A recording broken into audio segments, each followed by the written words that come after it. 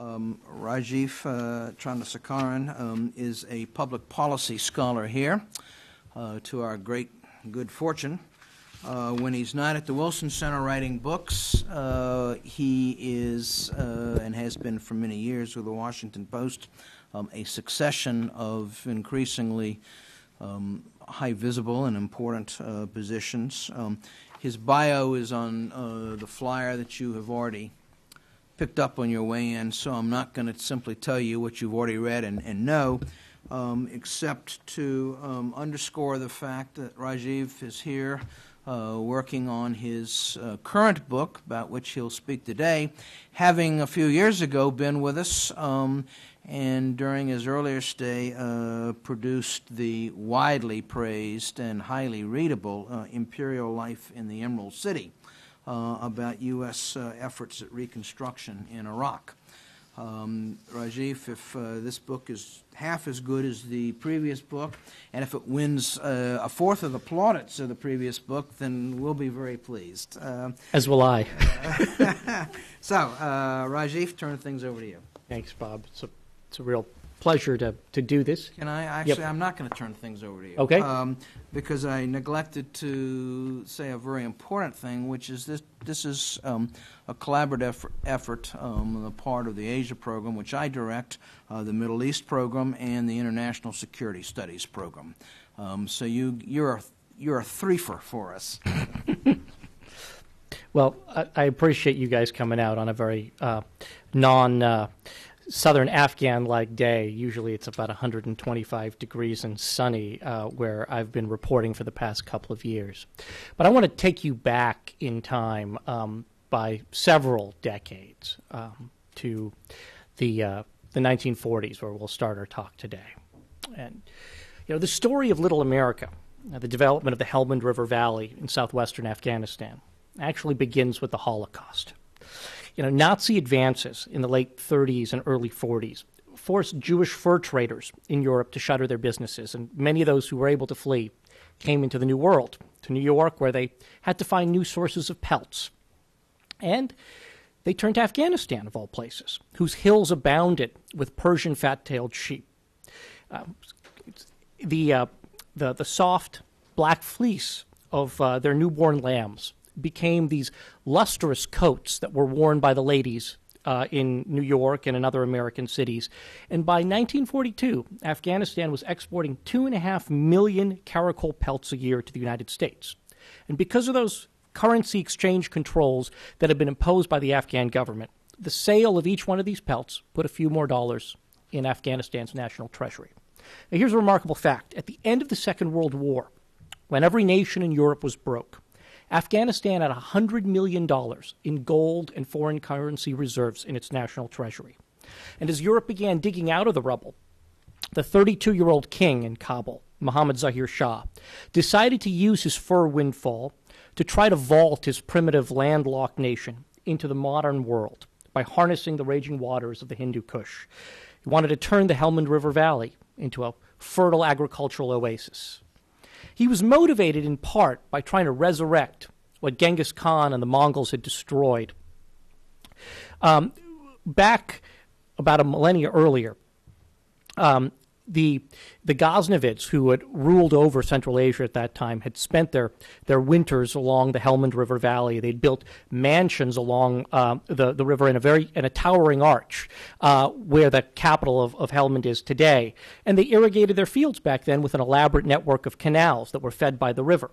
When the Mongols descended upon southern Afghanistan in the early 13th century, Genghis Khan ordered not just all the homes to be sacked, the residents, many of them killed, but he also destroyed the canal infrastructure. And then to ensure that what had been once lush farmland would remain a desolate wasteland for years to come, he had his men salt the ground. King Zahir Shah had another motive, one that was sort of less quixotic than reclaiming the glory of a lost civilization. Afghanistan back then was a rudimentary nation. The king had very little ability to project authority to the far corners of his domain. And many in the hinterlands, particularly those from other ethnic groups, the Tajiks, Uzbeks, and Hazaras in the north, didn't really regard him as a legitimate ruler. Reaching out to his subjects was nearly impossible. Paved roads ended at the gates of Kabul, and so did the country's few miles of rail track. There were only a handful of telephone and telegraph lines, and even to reach Kandahar from Kabul, the king had to use a radio phone. His army was tiny and largely cantoned in the capital, and when the country had to defend itself from invaders, tribes had to form militias, which were then disbanded when the hostilities ceased. But isolated in these remote valleys and towns far from the capital, Afghans exhibited the same sort of rugged self-sufficiency that characterized early American settlers on our western plains. Their lives were contained in their towns and villages. They married their cousins and spent their lives tending fields and herding goats. They sought little from the state, which in turn had little to offer them. In return, they wanted to be left alone. But King Zahir Shah wanted something different. He believed his nation had to embrace progress, not just for its own good, but for that of the country. For his own good, but for that of the country. If his people were to rise out of poverty and illiteracy, taxes needed to be collected, the population had to be counted, roads had to be built, health clinics had to be established, and schools had to be erected. In the decade before the war, he and his father had turned for development assistance to the Germans, who had constructed a radio tower and a power plant in Kabul, all of which were run under a royal license. He now wanted to expand his modernization drive into agriculture, creating a breadbasket in the South that could ease the pain of food shortages. German and Japanese engineers had helped to repair some of the primitive canals in Helmand in the early 1930s, but they were evicted during World War II under pressure from the British and the Soviets. With the hostilities over, the king envisioned a far grander project. He had a Cornell-educated minister of public works who proposed building a large canal to feed 2 new farming communities that would be carved out of the desert. The king thought this was a brilliant idea, but the Afghans lacked the necessary equipment and engineering expertise to make it happen. So they looked overseas. Obviously, the defeated Germans and the Japanese were in no position to help. So the king turned to to the world's newest superpower, the United States. After all, it was America that had bought so many of those caracol pelts from his country. So in 1946, the royal government hired the American engineering firm Morrison Knudsen to come to Afghanistan. This was the company that had built the Hoover Dam and the San Francisco Bay Bridge and would later go on to build Cape Canaveral. The king bequeathed the company a Mughal palace outside Kandahar in which they set up their shop. And Morrison Knudsen's first task was to actually widen the road from the Pakistani border up to Kandahar. The supply route was essential to the firm because it insisted that every piece of equipment, no matter how small, had to be brought in from the United States. But the king didn't seem to mind. He had all that money sitting in his treasury. For some of the king's most influential ministers and advisors, who had been sent at great expense by the government to attend universities in the United States, the project was more than just about new farms. They wanted to bring the America that had dazzled them in their school days back to Afghanistan. New villages would be built, with modern schools and health clinics. Nomads would be resettled, and families from different tribes would live next to each other rather than in separate villages. Girls would be educated, and women would cast off the chaderi, what they called the head-to-toe burqa back then. Eye for an eye Islamic justice would be replaced with written laws and august courts. Professional government men from Kabul would replace the gray-bearded elders who wielded power in the provinces. It was to be a grand social engineering experiment, and the English-speaking suit-wearing Afghans, who had the king's ear in Kabul, saw in their Morrison Knudsen engineers the ideal partners to transform their nation.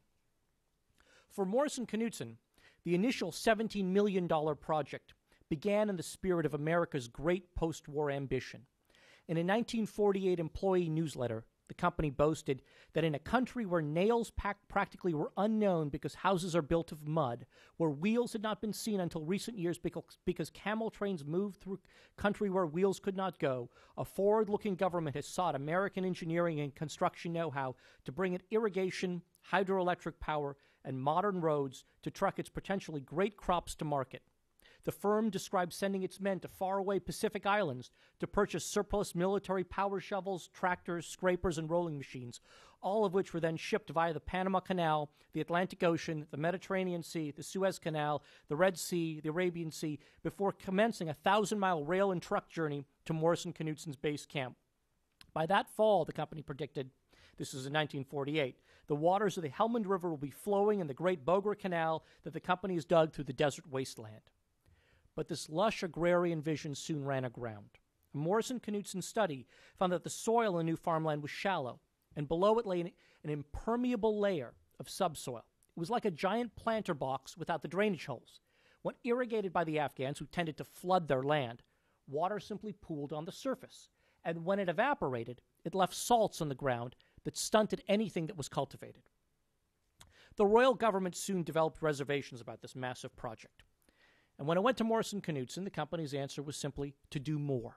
Company executives advocated a far more ambitious development program in the valley.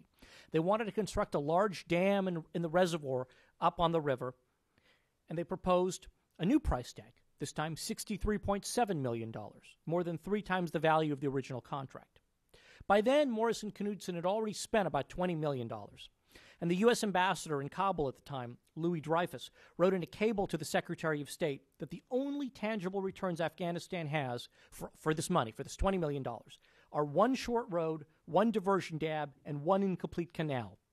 In response to the criticism, the company admitted that there should have been more to show for the large expenditure. By then, though, the Afghans are running out of money. Increased competition from Russian and Afghan caracol pelts had pushed down prices, cutting into Kabul's tax and foreign exchange revenue.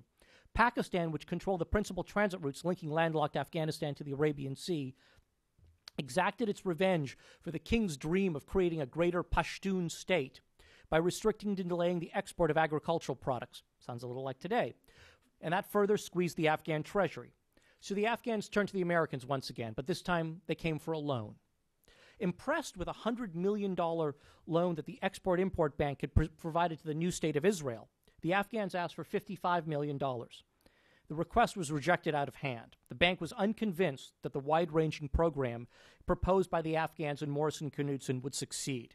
They cited the challenges of settling nomads and exporting goods through Pakistan and marshaling an indigenous labor force that would be large enough to perform the proposed work.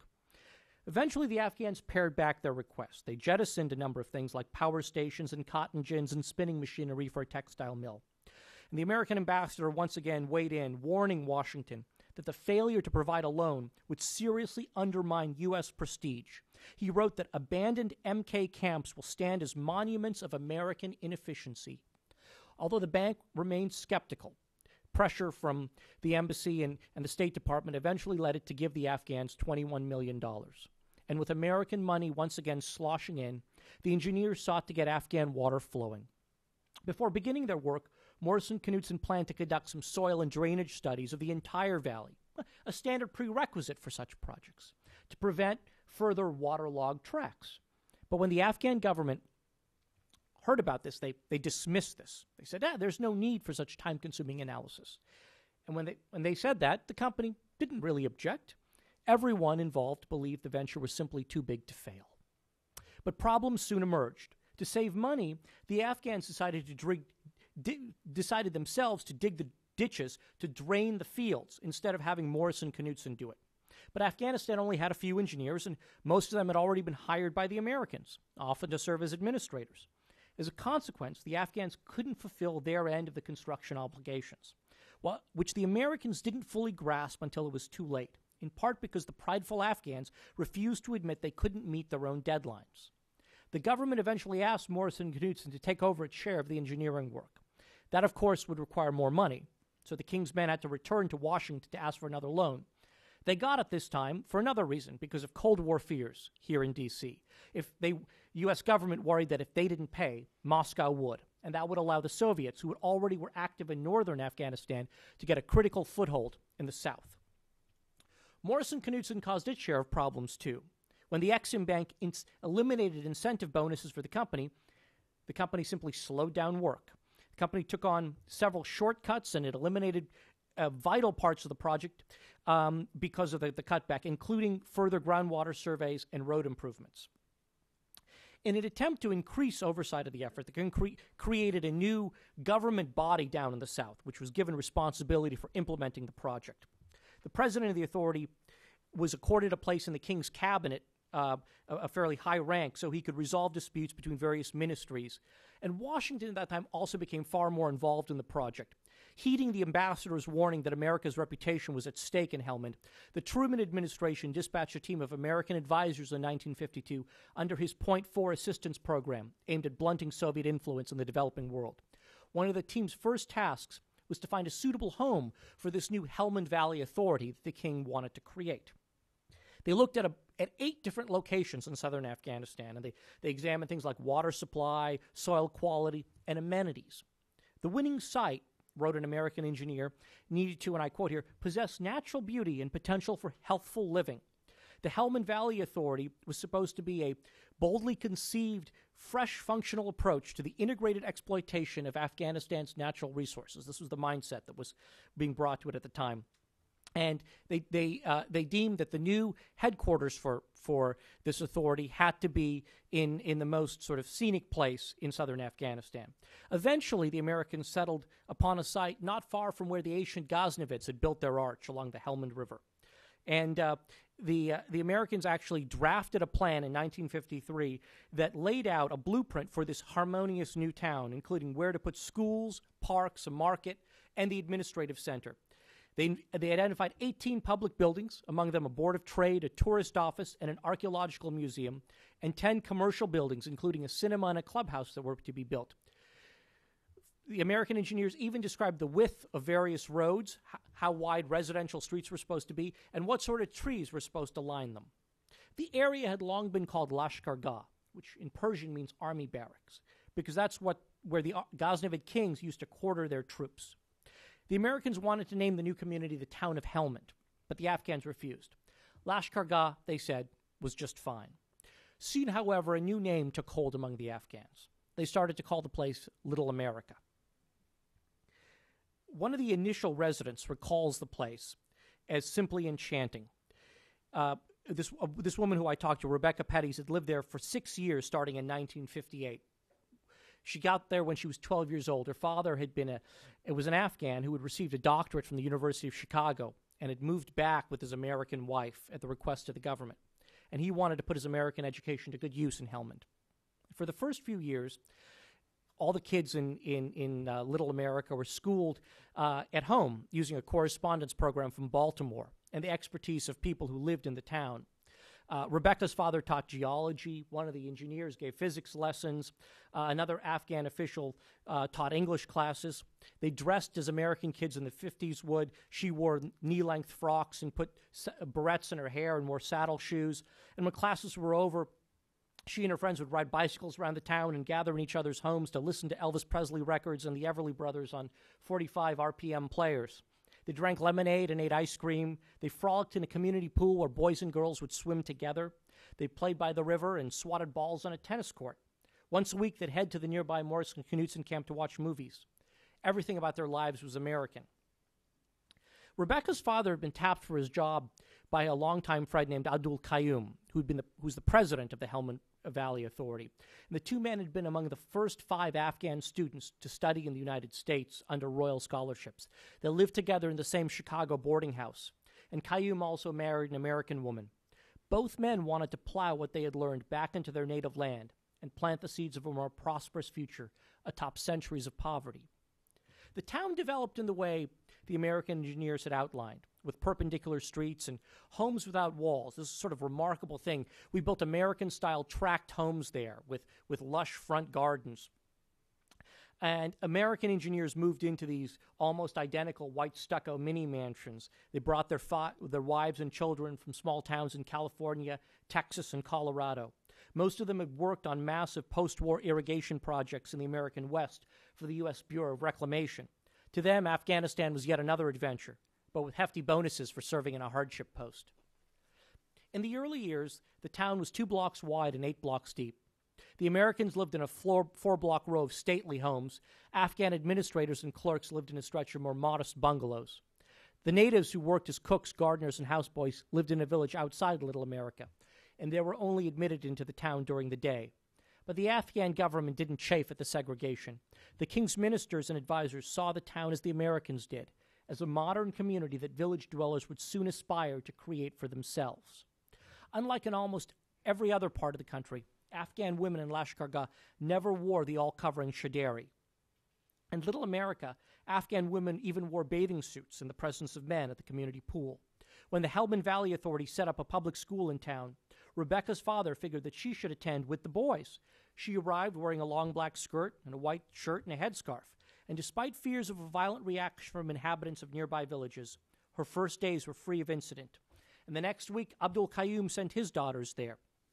And soon Afghan clerks decided to send their children there. The Lycée Lashkargah became Afghanistan's first and only co-ed school.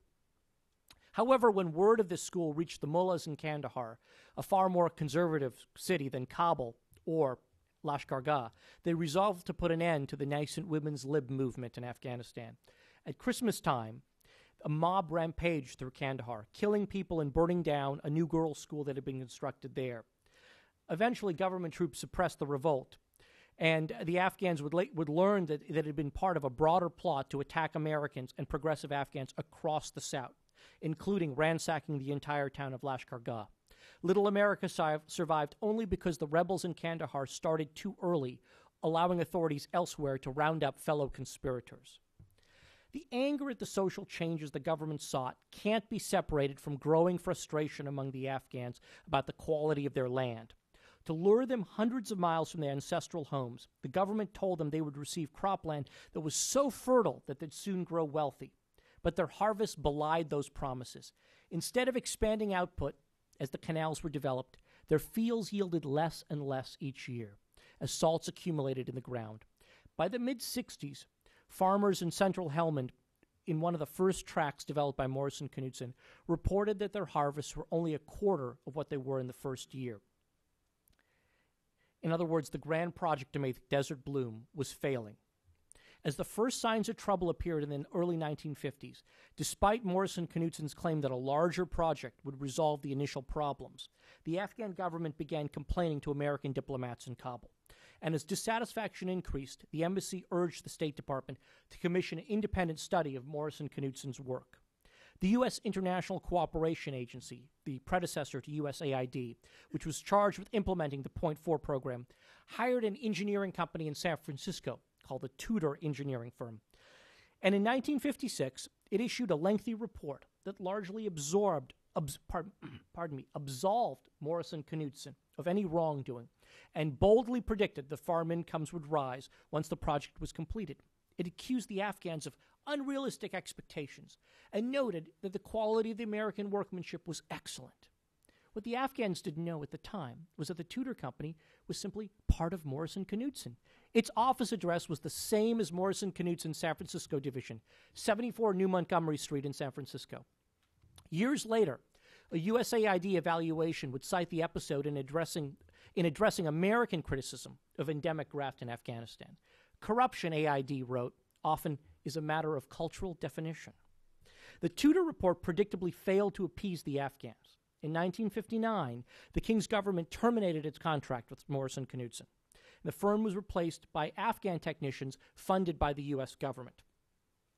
Eventually, the Bureau of Reclamation joined the effort, and they dispatched a team of hydrologists and soil engineers to Helmand. The ICA's work was inherited by USAID after it was created in 1961 by President Kennedy. And salvaging the irrigation project quickly became one of USAID's top priorities as a new agency. Aid specialists discovered a fatal flaw in the design of the main canal. Had it been built higher, the water would have flown down the fields and the excess would have run off into drainage canals. But because the main canal was too low and the fields weren't flat, farmers tended to overwater in an attempt to irrigate their land, resulting in the salt buildup that destroyed the soil. The solution proposed by aid engineers was to simply move farmers off their land, level the terrain with bulldozers, and then allow them to return. But the farmers feared that they would receive less land or their plots would be moved elsewhere. So when the earth movers arrived, the farmers met them with rifles, and the American engineers were forced to back away. From 1960 to 1970, the Helmand Valley consumed about 75% of all American assistance to Afghanistan. In the 1970s, the Americans decided to once again try to bulldoze the land. This time they began with a 200-acre demonstration area. The plan was to move farmers and their families to a desert escarpment while the land was flattened and new drainage ditches were dug. The Americans also wanted to make the area more orderly. Instead of each farmer working multiple small plots with meandering borders, they'd divide the land into square parcels, just like we have in the United States, even if it meant removing homes and trees. They were convinced that once they completed the demonstration project, Afghans up and down the Helmand River Valley would want the same improvements. But once again, the Afghans were reluctant to leave their land. In March 1971, the USAID office turned to a new hire they had in Kabul named Dick Scott. They asked him to go down to Helmand and give them some answers. The middle-aged Texan wasn't an engineer or a soil scientist. He had studied anthropology and sociology, and he'd worked on irrigation projects in Turkey. But he was among the AID's first wave of social scientists. And he traveled to Helmand and talked to the farmers. And it quickly became clear to him that they were refusing to move not because they distrusted the Americans. They didn't believe their own government would allow them to reclaim their land. A few years before, when a small group of farmers had agreed to leave their land so it could be improved, the government seized it for a state-run agricultural project. Scott urged his superiors at AID to embark on a public information campaign to explain the new program to farmers and reiterate promises that they'd be able to return to their property. But the Afghan government insisted to AID officials in Kabul that farmers knew enough down in Helmand about the project and would be willing to depart once the work started. Based on those promises, AID officials ignored their own guy, Dick Scott, and ordered millions of dollars of earth-moving equipment to be shipped to Afghanistan. But once the machinery arrived in the port of Karachi, the Afghans confessed to the Americans.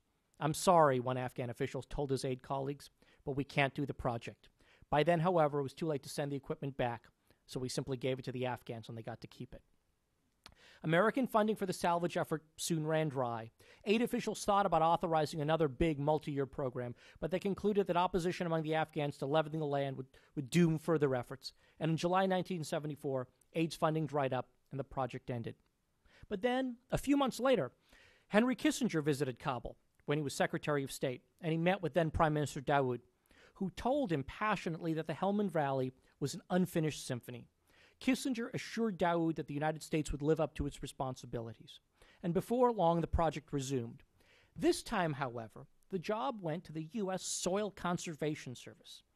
Its specialists deemed impractical everything that the Bureau of Reclamation and USAID were trying to do to bulldoze the land. And they instead advocated the construction of some small ditches to drain excess water from the fields. The Soil Conservation Service convinced the Afghans that the drains should be dug by hand to employ as many peasants as possible. This plan, remarkably, actually seemed to work. On the first farms to receive the new drains, yields increased by 75% within a year. Excited Americans and Afghans hoped they had finally found a solution to the problems that had hounded them for 30 years. But by then, it was too late. In 1978, before the program could be expanded across the valley, Afghanistan's Communist Party staged a coup. Washington ordered all the engineers in the South to pack their bags. The following year, Soviet tanks rolled into Afghanistan. And by then, every American had left Little America. Now let's fast forward to the present, or more precisely to 2009. President Obama's decision to send more military forces into southern Afghanistan was coupled with a decision to dramatically expand U.S. reconstruction efforts in Helmand and Kandahar. It was Little America Part 2. But few, if any, American officials bothered to study the lessons of the past. AID certainly didn't seem interested in dredging up its skeletons. American officials also were deceived by what they heard in Afghanistan. When Americans asked Afghans how they felt about the U.S., they almost always heard positive answers. Afghans tended to tell visitors what they wanted to hear, especially visitors surrounded by men with big guns. But the Helmandis also looked back on the Little America project with genuine fondness. None of them seemed to understand that it had failed to accomplish its original goal of modernizing Helmand. They knew two essential facts: that the canals fed their subsistence farms, that had been built by Americans, and everything that had happened after the Americans departed was bad. It wasn't hard to find sober analyses of what the United States did in southern Afghanistan in the previous century. In 1983, a young social scientist at AID named Cynthia Clapp-Winsek in the Bureau of Program and Policy Coordination was asked to evaluate the agency's work in the Helmand Valley. She calculated that AID had spent $72 million on the project from 1957 to 1979. Add to that the Exim Bank loans and the Karakul windfall the Afghans paid Morrison Knudsen, and the grand total came to $136 million. Adjusted for inflation, it's more than $1 billion. Although she noted that average incomes of farmers in the valley had increased over the life of the project, her 54-page report amounted to a scathing indictment of the overall effort, outlining the decades-long litany of errors and flawed assumptions among Americans and Afghans, that the contractor had Afghanistan's best interests in heart, that nomads wanted to be settled, that farmers would use water judiciously when they were not charged for it, because the Quran proclaims that which falls from the sky must be for free. That Afghan officials intent on modernization really knew their fellow citizens, that creating a new bureaucracy would solve the country's inability to follow through on its commitments. Based on my study of the Little America years, I'd like to revise and expand the list. I'm sure what I'm about to tell you here is going to be self-evident based on what I've just said in terms of the history I've related, but let me home in on 4 of them in a little more depth. The first is, beware the suit-wearing, cobble-dwelling, American-educated, English-speaking, modern-minded Afghans who claim to be speaking for their country. In many cases, they know about as little about the remote parts of Afghanistan as we do. What they want from their nation isn't always in sync with what the rural, traditionalist, religiously and socially conservative population does. Nothing unique there. Same phenomenon exists right here in the United States. But now let me be clear. I'm not arguing against modernization. What I am saying is that the process of consulting and collaborating with Afghans on a large-scale development venture simply cannot be performed in Kabul. And that, by the way, supposes that USAID actually consults and collaborates with the Afghans. There's plenty of recent evidence to suggest the opposite. But I believe the result of more substantive engagement with the affected populations will lead to a greater modesty in project design, and that hopefully will result in greater sustainability. Point 2, beware the contractors. Their interests are not always aligned with that of the U.S. government. I was blown away when I read Dreyfus's cables. Change the dates and the names of the firms, and it could have been written, it could have been written last year. 3, there's only so much money the land can absorb. We tried to do too much too quickly before settling on a workable proof of concept. And 4, behavioral change takes time. We assumed that nomads would want to gravitate to farming. Turns out, it took them a while to figure it out. Even when they were told not to flood their fields, they did so anyway. Why? Because it's what they thought made sense, even if it decreased their yields. In the same way, our present-day efforts to convince Afghans to grow higher-value horticultural crops have been met with suspicion. Sure, once fruit and nut trees mature, they'll provide farmers with far more income that they get from simply growing wheat and corn. But most farmers don't want to take the risk. They don't have any savings. If they cut back on wheat or poppy to plant saplings, how are they going to put food in their mouths? There are plenty of workarounds. We could give them credit, just as we could have embarked on a more ambitious effort to train farmers in the 50s and 60s. But those components never seemed to make it into our projects. These were essential lessons, but we failed to recognize them and to heed them. Consider AVIPA, a one-year agricultural initiative in Helmand and Kandahar that began in late 2009. Its budget, just for 1 year in 2 provinces, was $300 million. Yes, that's right, $300 million. It was modeled after a program in northern Afghanistan that was meant to provide farmers with vouchers to provide heavily discounted wheat seeds and fertilizer. Aid planned to offer farmers in Helmand and Kandahar vouchers for seeds to grow vegetables and melons, which they believed would fetch them more than wheat and corn and hopefully wean some of them off poppies. The initiative also called for organizing farmers into co-ops and equipping them with tractors and water pumps and hand tools. In addition, aid planned to fund the construction of hundreds of miles of new gravel roads in both of those provinces so farmers could take their goods to market. It was indeed supposed to be the start of Part 2 of Little America. In just one district of Helmand, in Nawa district, the program planned to spend $30 million over the course of a single year. That worked out to $400 for every man, woman, and child in the district. By contrast, Afghanistan's per capita income is $300 per person. The flood of cash certainly helped to pacify Nawa. Cleaning irrigation canals, the ones we built in the 50s, became as lucrative as serving as a Taliban gun for hire, and it was far safer. Unlike neighboring Marja, where insurgent attacks were a daily occurrence, the ready availability of employment kept Nawa largely free of violence. It also provided a great economic jolt. Shops selling new motorcycles and mobile phones sprouted in the bazaar, as did an ice cream parlor. New brick factories were set up on fields near the district center to meet the demand for people who wanted to expand their homes. Traders from Pakistan began plying the main road to hawk housewares and electronics.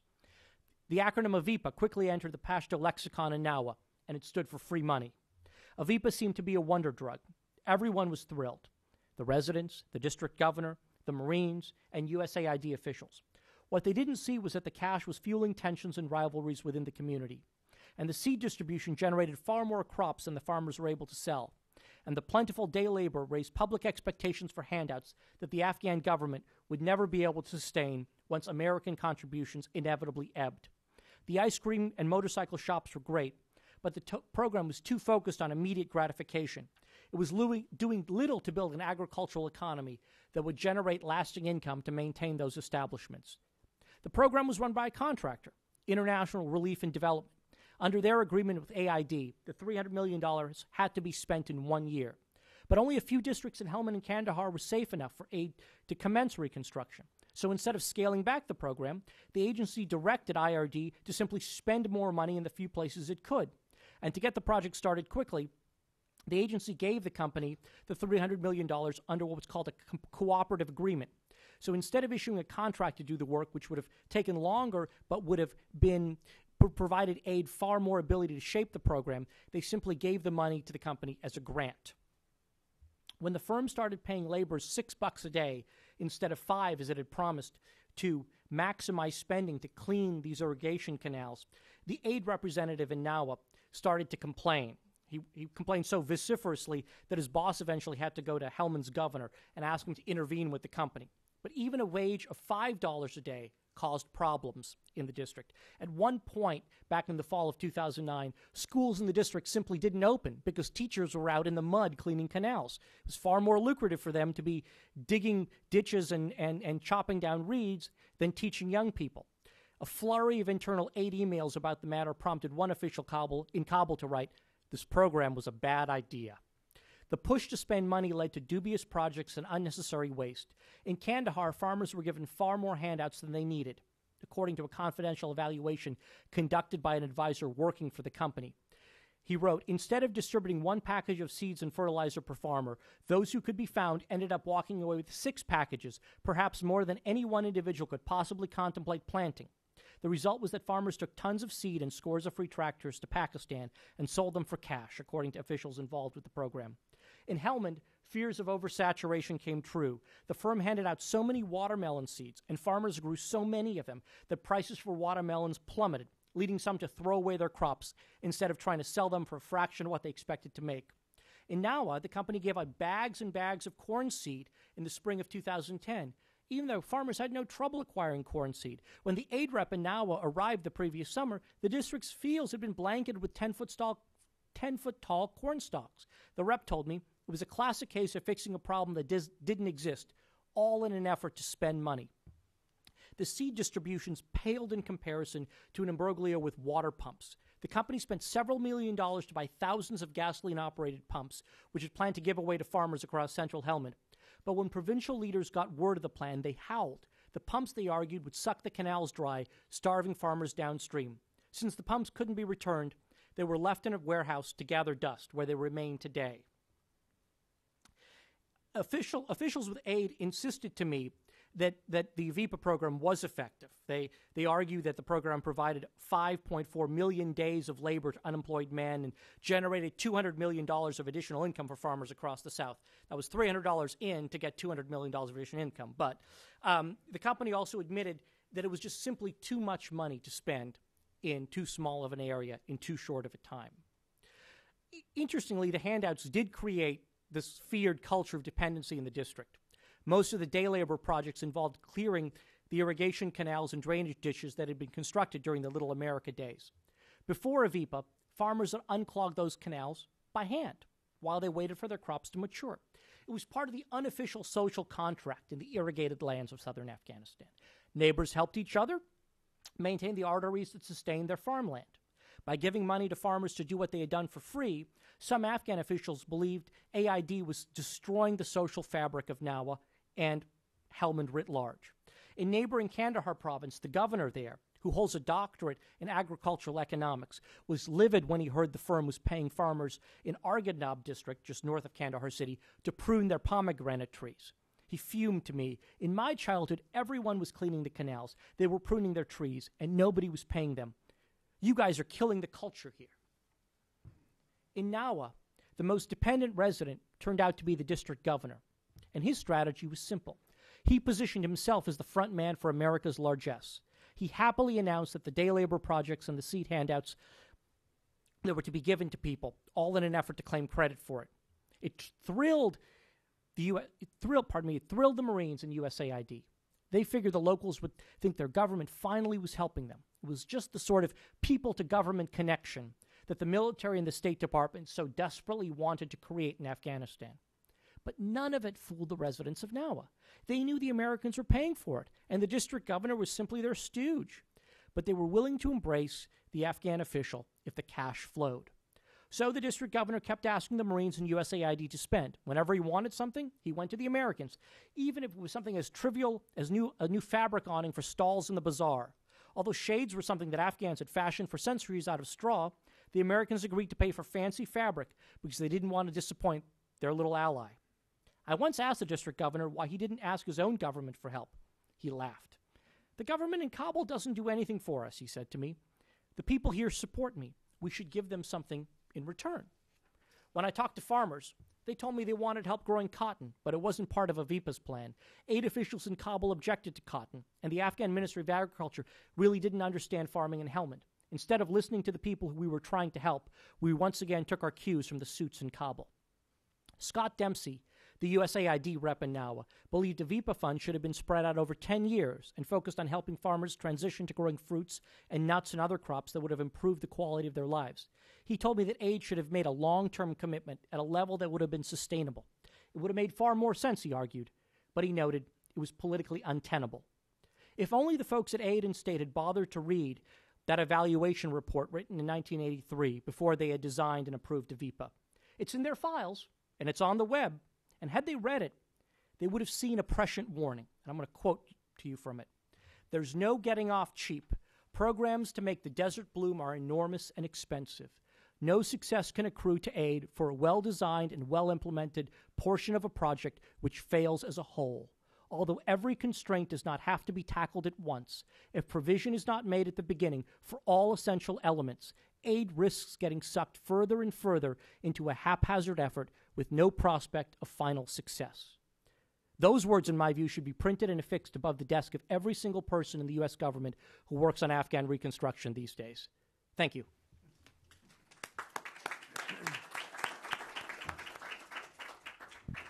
Well, Rajiv, you have succeeded in thoroughly depressing me. Is there a happier side to the USAID efforts in Afghanistan? Should it simply be thrown away?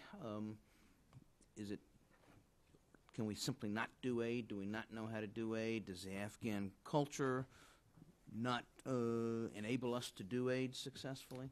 No, I don't think that at all. I think that there is a real need for foreign assistance in Afghanistan right now and into the future. And we obviously heard from the Afghan government with regard to this very issue in Bonn just earlier this week.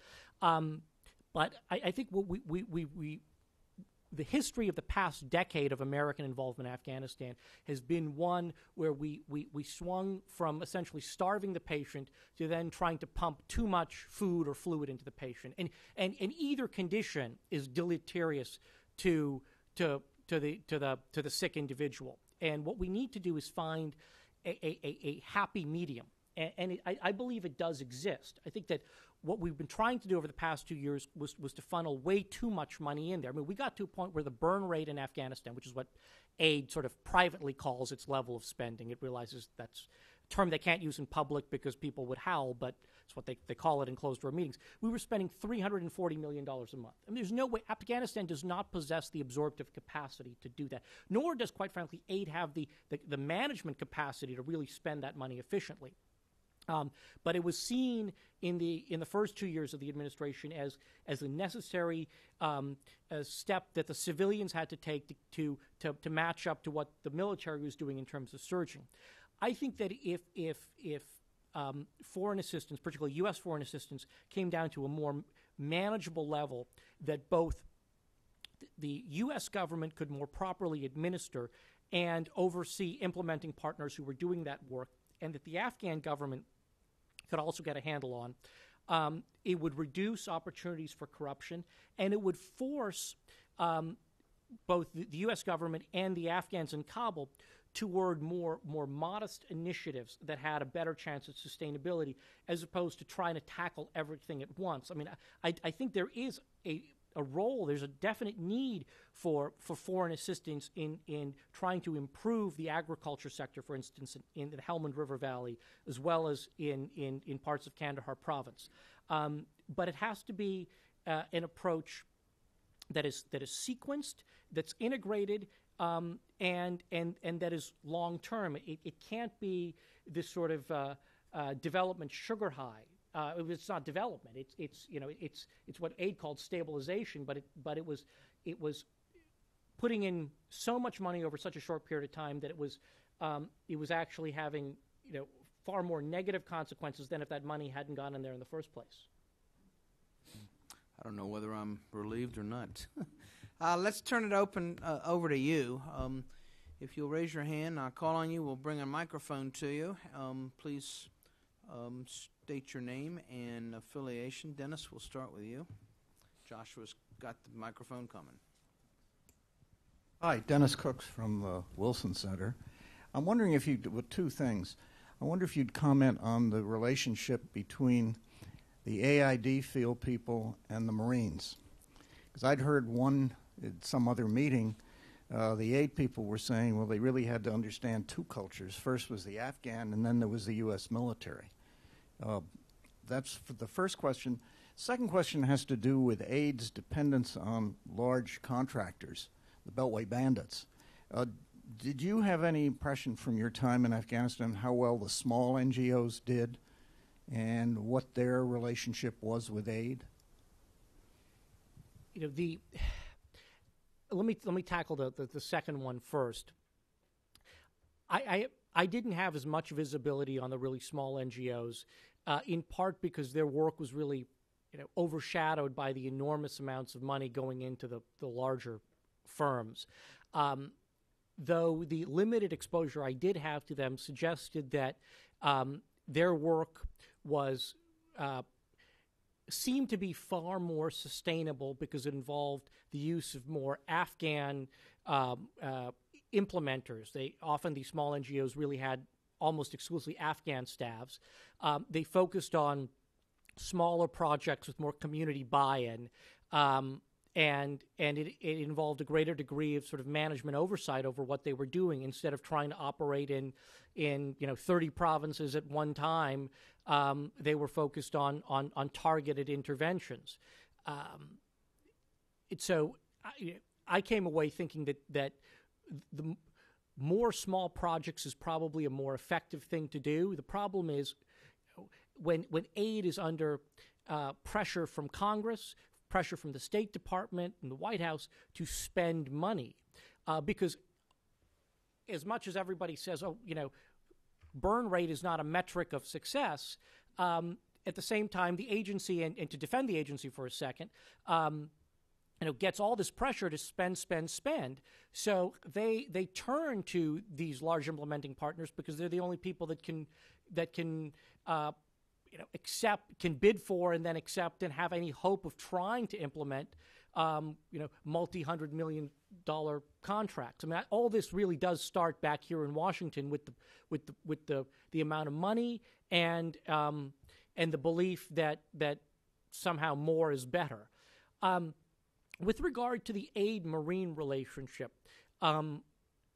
yes, there was a cultural split there, and I'm not so sure that it was solely the Marines, but let's sort of take aid versus the military. The military, by and large, was predisposed to wanting more short-term stabilization initiatives, and it's only natural. And this is where we started to see bureaucracies sort of doing their own thing. You had military commanders who were there, in the case of the Marines, at the battalion level for 7 months, or in the Army side, 12 months. So they had this sort of narrow window, these commanders, right? They wanted to leave. They wanted their district to look better when they left than when they arrived. And they figured that employing people, because that was their interpretation of reading the counterinsurgency field manual, was employing people was going to help increase stability. Well, what's the fastest way to employ people? Well, day labor, cash for work type projects. So they believed aid needed to be there doing lots of cash for work stuff. And so that was the pressure coming from the military side. Aid was, I dare say, a bit schizophrenic about this. Aid wanted to run with the big boys, so they wanted to be there, and they didn't want to be seen as intransigent, so they wanted to dole out the cash for work, and they instructed their implementing partners to do a lot of it. But within Aid, there was this deep division because a number of officials there questioned the wisdom of pouring huge amounts of money for short-term type projects, and they favored a greater emphasis on development type projects that had a better shot at sustainability. The problem was, in some cases, I'm going to be careful how I frame this.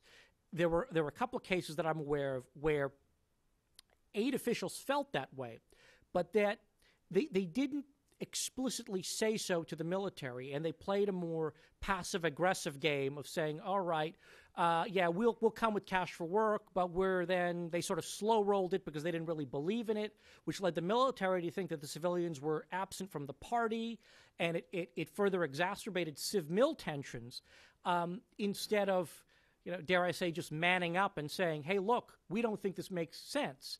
And that debate eventually took place, but it took place years after it should have.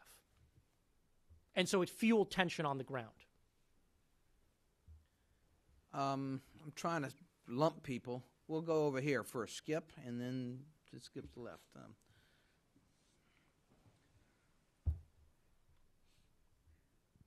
Skip's right, I guess. Your other left.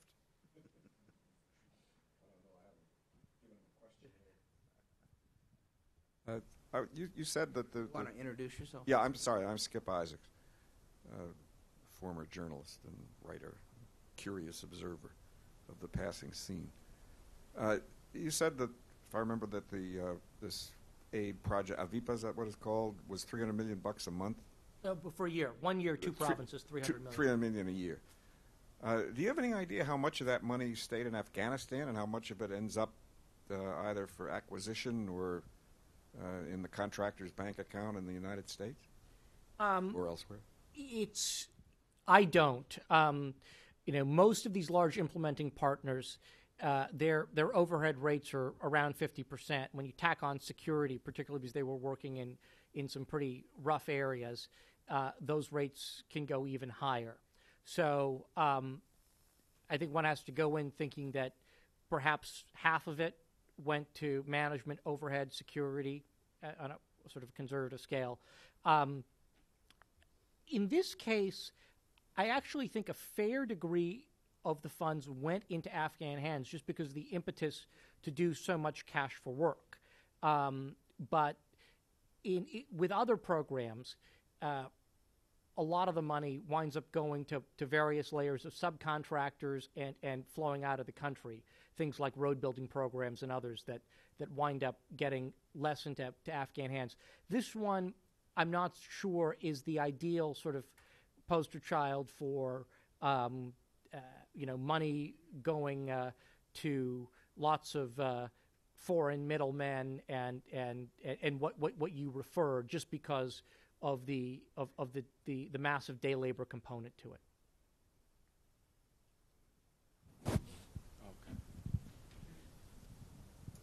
Okay. My name is Takeuchi. I'm from Johns Hopkins University and specialized in South Asia studies. I'd like to ask. You also mentioned too the natural resources of Afghanistan. So. Last month, I heard that Indian companies decided to invest into the Afghanistan's iron ore mines, and it's a huge investment. It's $11 billion or something like that. And a few years back, China also they invested copper field. It's also huge, and also Russia has historically they have lots of geological data.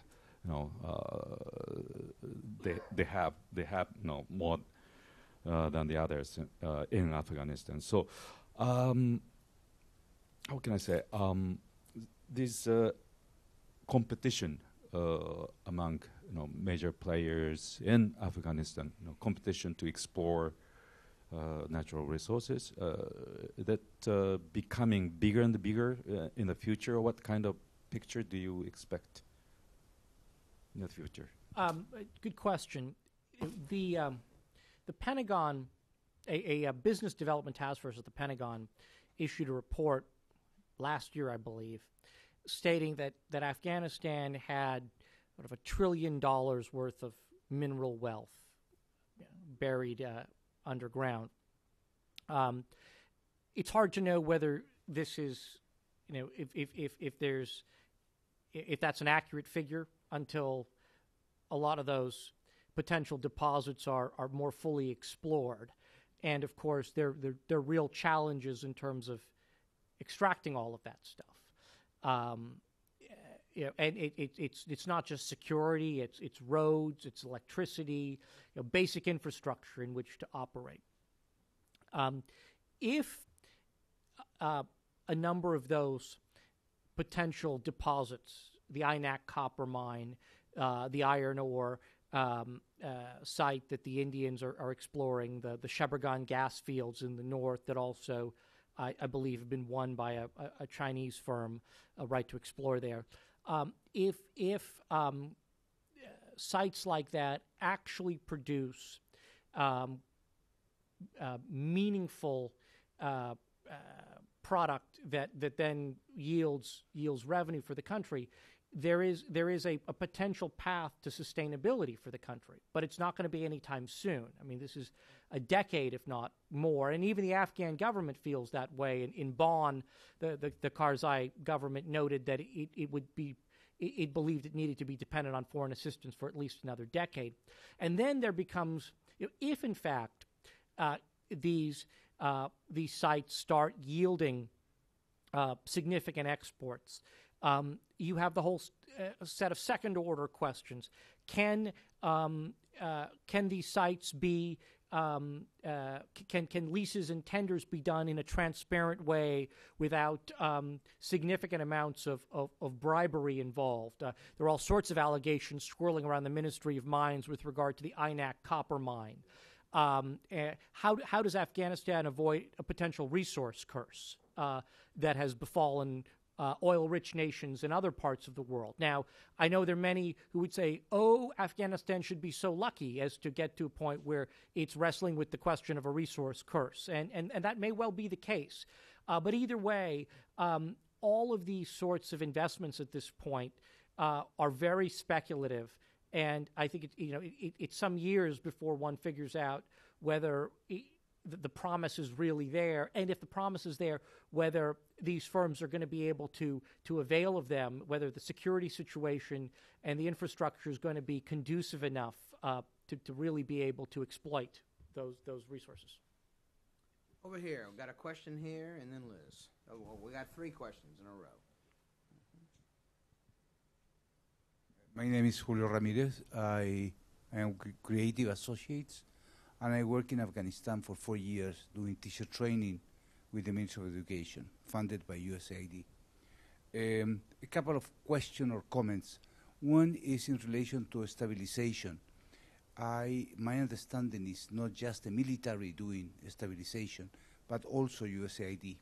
Actually, in the project that I was leading, USAID asked us to add a component for stabilization, which has all the kind of caveats or problems that you indicated in relation to having to allocate resources in a very short time. That's one comment. The other one is one effort that USAID is doing now, in very much with kind of pressure from the Afghan government, is to do what they call direct funding, to reduce the contract and fund directly the Afghan government for initiative. It has been kind of successful with the Ministry of Health, and they are trying to do it now with the Ministry of Education. On the other hand, I know that the ministry, at least the Ministry of Education, feels in some of their projects or programs that they are not able to do it themselves, so they kind of go back to contract out to do the project they are supposed to do with the direct funding from USAID. I would like you to comment on those two issues. Thank you. Two good points. I wasn't trying to say that aid was totally out of the stabilization game. Aid has been doing an awful lot of stabilization. AVIPA was entirely a stabilization type effort. I was just trying to make the point that there's a difference of opinion at the agency among people who work there about the value of stabilization versus longer term development. But starting in 2009, in a much bigger way, aid really put more resources toward stabilization because it was seen as what the military wanted, and it was allowing them to demonstrate that they could have a sort of a short-term impact for civilians. The issue with direct funding, it's long been a goal of the U.S. government to expend more of its assistance through the Afghan government. They call it on-budget assistance.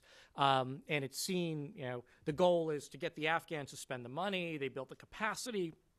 Of course, the flip side of this is when you provide large amounts of money to another government, particularly the current Afghan government, there are real risks that a significant amount of that may get lost to corruption. And so it's this trade-off that the administration constantly wrestles with between wanting to give enough to try to build capacity, but not so much to fuel corruption. And it's hard to assess whether they should be doing more or less. But it is interesting to note that when you go through some of these government ministries, there's actually, as you note, a fair number of non-Afghans there who have been hired by these ministries to do things. I mean, I have a friend who's working at one ministry who's writing speeches for the minister, and it really does feel like the bulk of the administrative work for these ministries is actually done by foreign nationals using paid for with foreign aid money that's getting funneled through the Afghan government.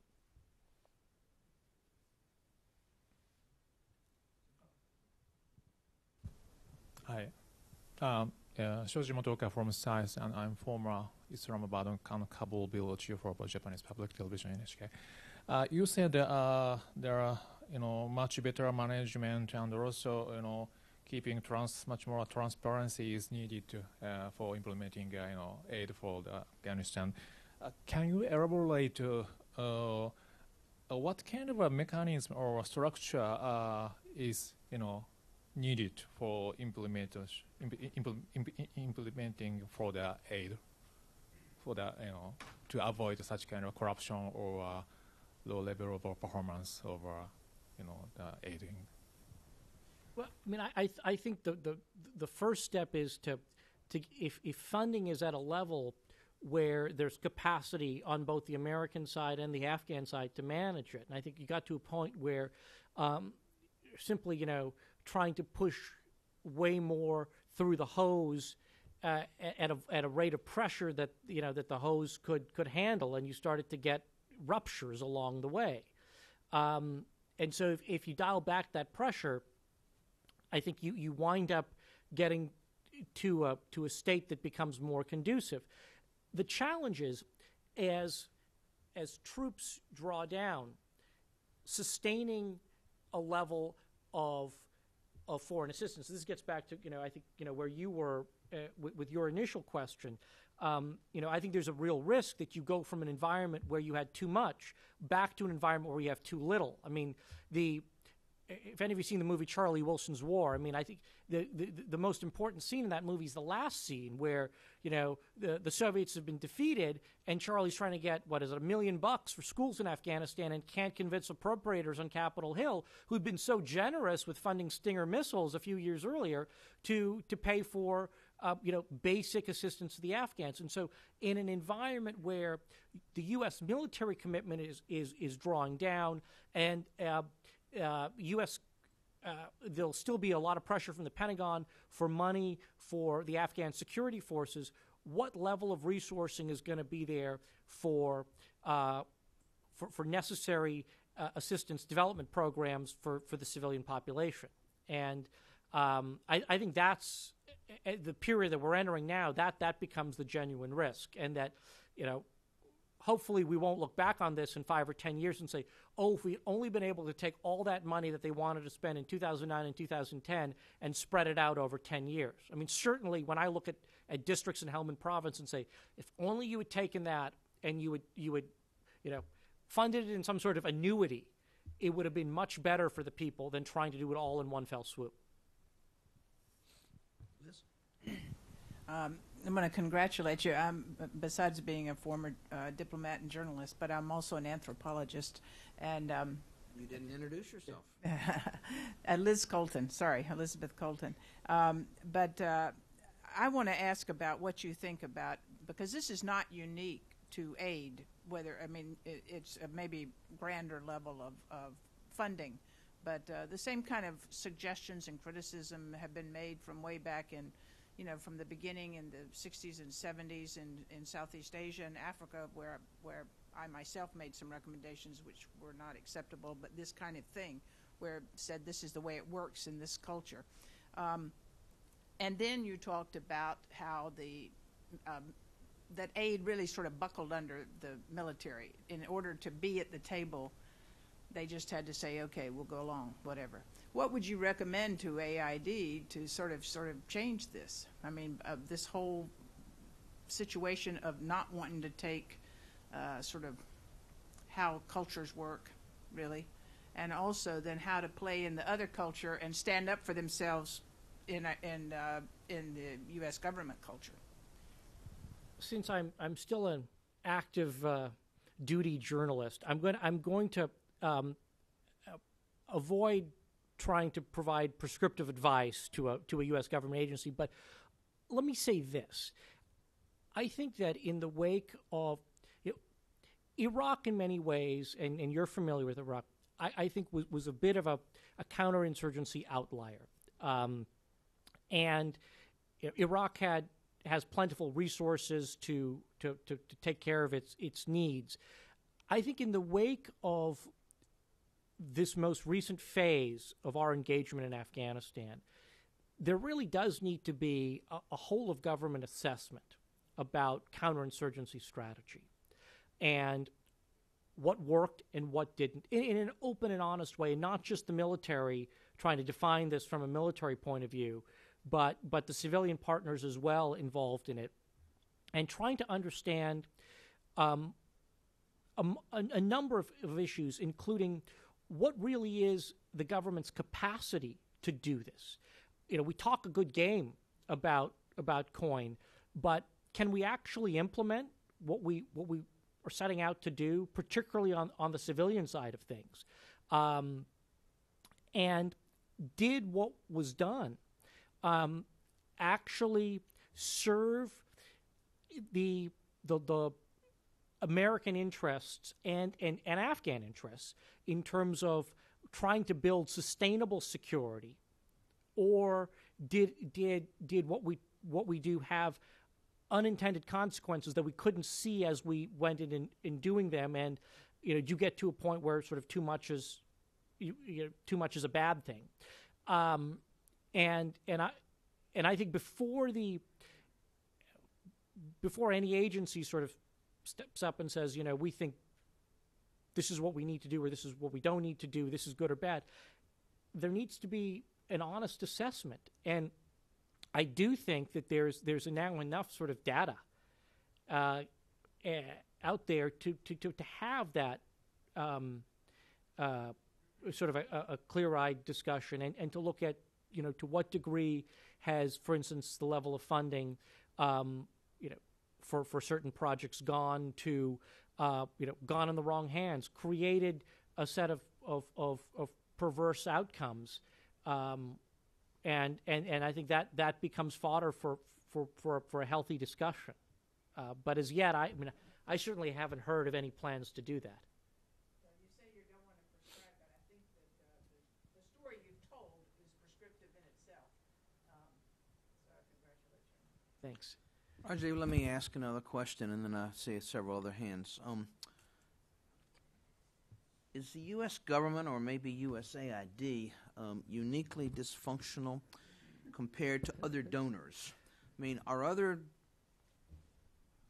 either individual countries or multilateral institutions, are they doing a better job, or are we all getting it wrong?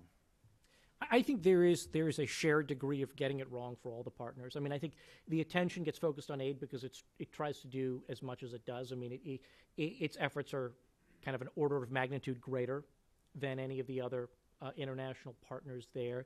And I do think that when you for some of the other countries, they have the benefit of being able to work in more geographically defined areas and on smaller projects. I mean, the British DFID is focused largely on Helmand. Although they do have nationwide projects. I mean, Helmand is a key focus because that's where their troops are. For Canada, CETA is largely focused on efforts in Kandahar province. GDZ, the Germans are doing most stuff up in Mazar and Kunduz where their forces are. So it allows them an ability to a better situational awareness, better ability to get out into the field and see what their projects are doing. For aid, it's much tougher because it's trying to operate across the entire country and largely, in the south and the east because of the concentration of American forces there. And it doesn't do itself any favors by having as much of its staff based in Kabul as it is as opposed to getting out into the field. But even then, given sort of U.S. contracting law, those aid reps down in the field, Scott Dempsey, the guy in Nawa, smart guy, former Marine, gets out there, was one of the first aid staffers down at the district level in southern Afghanistan. He starts to see things that he thinks need to be fixed with the VIPA and some of the other aid programs. But he had no power to do anything about it because he wasn't a contracting officer. That power rested with an aid bureaucrat who was over at the main NATO base in Kandahar, or in many cases, it's aid bureaucrats who are in Kabul. And so there's this push to get people down into the field, but they don't really have any real clout or authority. And so some of this has to do with what necessary changes have to be made, if any, in Washington with regard to how contracts and these programs are administered, and what level of power should field officers have to be able to revise and amend these sorts of initiatives. All the way in the back, and then we'll hit over here. Rochelle Davis, I'm a fellow here this year, and all the rest of the time I'm at Georgetown University. Thank you for this, Rajiv. You're doing amazing work, just like you did in the Emerald City, so I'm really appreciative.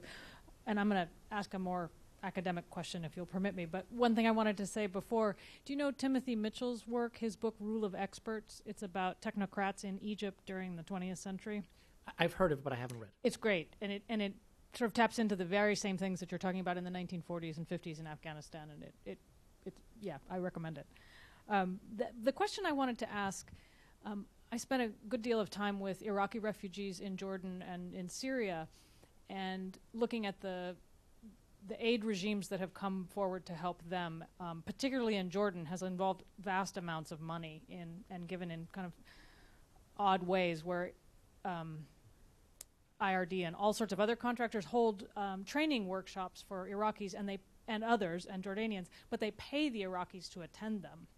And so it's a way to get them money into their pockets and to really make them not feel like they're getting handouts.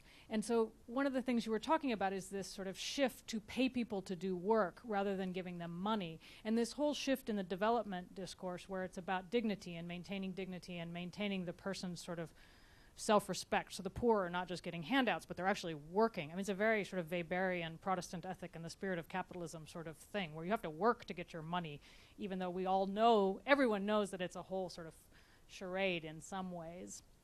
And I found with the Iraqis that they don't really care. They think the U.S. is responsible for their situation anyway, so why not just give them $100 a month, and then they don't have to attend these training classes, and they don't have to do all these things, et cetera. And I wondered if, just in an imagined world, if you said it was about $400 a year per person that this Avipa project was pouring into Helmand. I mean, wouldn't it make more sense to just hand $400 to each Afghan in the area, and in a scheme more like Kiva or some of these kinds of development works, let the Afghans themselves figure out what they wanted to do with this money and develop their networks by a very sort of trickle down or trickle up system? Because if they wanted to all buy televisions, then somebody would have to figure out how to pave the road to keep bringing in all the televisions, or whatever it is. It's just an imagined thought. Interesting question. I think the problem, the root problem wasn't how they were getting the money. It was how much they were getting. I think the Afghans who were out there cleaning these canals, in some ways were the same mind as the Iraqi refugees in Jordan, although I think, in some ways a world of difference. I mean, most of those Iraqi refugees in Jordan were professionals who were forced out. These guys were sort of illiterate farmers, but they knew that these were American handouts, and they were just going to get while the getting was good. It was all about, somebody's here with money, we're going to take from it. And they didn't see anything sort of sustainable about it. They just did what they had to do to get the handouts. I think the bigger problem was how that money was then sort of used. And there were some good second-order immediate impacts. New shops opened in the bazaar. People, it created a bit of an economic boost, but it flowed through very, very quickly. And ultimately, it was Pakistani traders bringing in motorcycles and such that wind up being the principal beneficiaries of all of that. Was there a way, short of, and this is where, look, I'm not an academic on this, I don't have the answer, but was there a way short of trying to pay people as much money as they did in a short period of time to clean canals, that would have put some money in people's hands, but also created some more sustainable development? And I'm not talking sort of necessarily building factories. I mean, there wasn't electricity there weren't roads there, but a series of interventions that were aimed at trying to get people to just move up the chain one or two rungs, but that involved, I think, would have required a degree of sophistication that wasn't simply we're going to now carpet bomb with watermelon seeds or corn seeds, but trying to sort of think about, all right, what are sort of creative interventions to try to create something that's more lasting here while also having some sort of short-term stimulative impact. But I mean, that's a question that somebody, I think, really needs to wrestle with. Because the answer isn't, I don't think the answer is what the development purists at AID sort of, the other camp says, all right, just think about this solely in terms of long-term stuff. Well, we're in a security environment where there needed to be some sort of short-term intervention. But it strikes me that there needs to be some kind of hybrid. And that really hasn't been, I haven't seen that implemented in the field.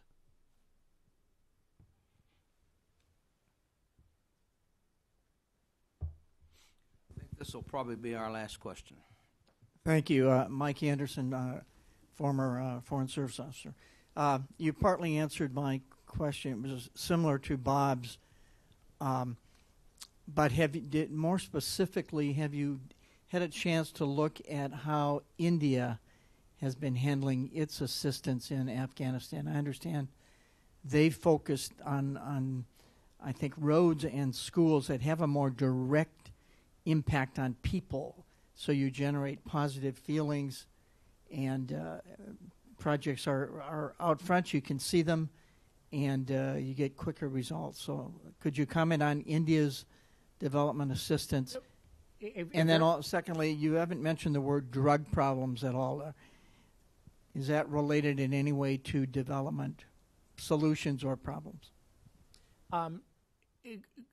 India is a fascinating player in Afghanistan, and you mentioned roads. You know, one of the most trafficked roads in Afghanistan is a highway called Route 606, and it goes from a place called Zaranj on the Iranian border in a place called Nimruz province, a place not inhabited by all that many people. It's the province west of Helmand, right up on the Iranian border. And it goes all the way from Zaranj up to the Ring Road, Highway 1, where Nimruz and Helmand provinces meet. The Indians built this thing. Why are you building a road out in the middle of the desert? It is one of the most trafficked roads in the country, bumper-to-bumper truck traffic. Now, the Indians are playing sort of a double game there. I mean, they want to help the Afghans, but they also sort of see sort of geostrategic reasons for doing so. And it turns out that this road is a competitive land route into Central Asia. Instead of being beholden to the Pakistanis, they can move commerce through Iran, up through Nimruz, through Highway 1, and then up into Central Asia or into Afghanistan. So for the Indians, part of it is how do we help the Afghans, but part of it is also how do we get a leg up on Pakistan. And for the United States, it's a admittedly a dicey issue where they want to encourage Indian involvement, but want to keep it at a level where it's not seen to be overly threatening to the Pakistanis. There was a lot of concern, for instance, with Karzai's recent visit to India when the Afghans and the Indians inked a deal to, I think, have more Indian training for the Ministry of Interior. And, of course, that, set off lots of flares in Islamabad because of concern that, the Indians would develop tentacles in the Afghan security services. So it's sort of a delicate balancing act, both for Washington, but also, admittedly, for the Afghan government, which despite occasional bursts of tough talk directed at Pakistan, including Karzai's most recent comments about yesterday's bombing, I think there is a desire in Kabul to try to have a productive relationship with both those countries. So it involves a degree of sinking in there. But the Indians are certainly the Indians would do more if they could. Now, with regard to drugs,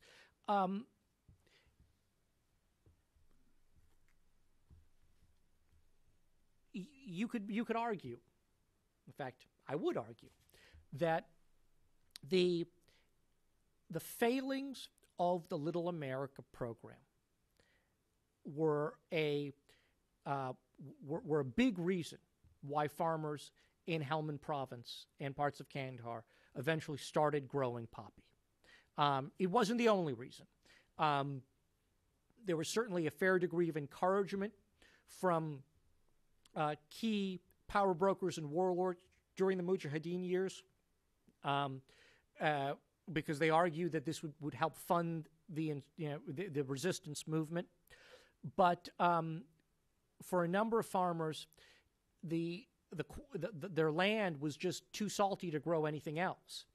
And had the irrigation projects been more successful and involved greater training for the new farmers on how to grow higher value crops, perhaps fewer of them would have shifted to growing poppy. And that problem still bedevils American assistance efforts today, where you have the U.S. government, along with the Afghans, telling farmers, look, grow wheat, grow corn, grow melons, and none of those provide as much revenue per hectare, not even close to what poppy gets them. And this is a subject for a much longer discussion, and I'll just sort of abbreviate it here. The poppy merchants do what aid should have been doing all along. They offer credit up front to farmers. Because these cash-starved farmers can get money at the beginning of the planting season. The poppy middlemen provide extension services down to the farm. They come to the farms and say, you can grow this more productively in this way. They have farm gate delivery. They come to the farm and they pick up your crop so you don't have to try to get it to market. And by the way, the opium paste is scoring the opium poppies to get the paste is labor intensive, so it employs lots of people.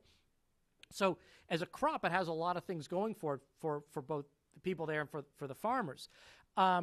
And simply coming in and saying, oh, just grow wheat isn't really a workable solution. And a number of things have been proposed, number of competitive ideas, things like cotton, and they haven't really been embraced by AID. Cotton, and I've written a section in the book about it. Cotton is particularly interesting because it was grown there in the 70s.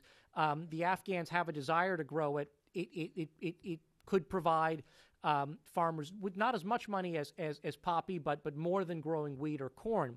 But the U.S. government, and particularly aid, doesn't want anything to do with it because of a 1986 act of Congress authored by then Senator Dale Bumpers, called the Bumpers Amendment, that restricts the U.S. government from helping other countries in the development of, I think, cotton, tobacco, and a few other crops that compete with U.S. exports. So our protectionist policies for king cotton mean that we aren't helping the Afghans grow the one crop in the central Helmand River Valley that they believe that they want to grow and they believe is the most effective competitor to growing opium poppy and would work on the soil and with the irrigation systems that were developed for them during the Little America years. Well, on that note, why don't we wrap it up? I can imagine the headline that comes out of this because we've got a number of journalists here. Wilson Center scholar and distinguished Washington Post journalist endorses poppy cultivation as means to Afghan development. I trust we will not see such an. I didn't say that. No, I didn't say you did. At any rate, join me in expressing our appreciation to Rajiv. Thanks. Rajiv, it's going to be another terrific book. We look forward to reading it. Out in June. Out in June. That's terrific. What's the subtitle going to be? Well, the working title at this point for the book is Little America. And the subtitle at this point is The War Within the War in Afghanistan. But still a work in progress. Thank all of you all for coming. It was a nasty day. We're delighted you came.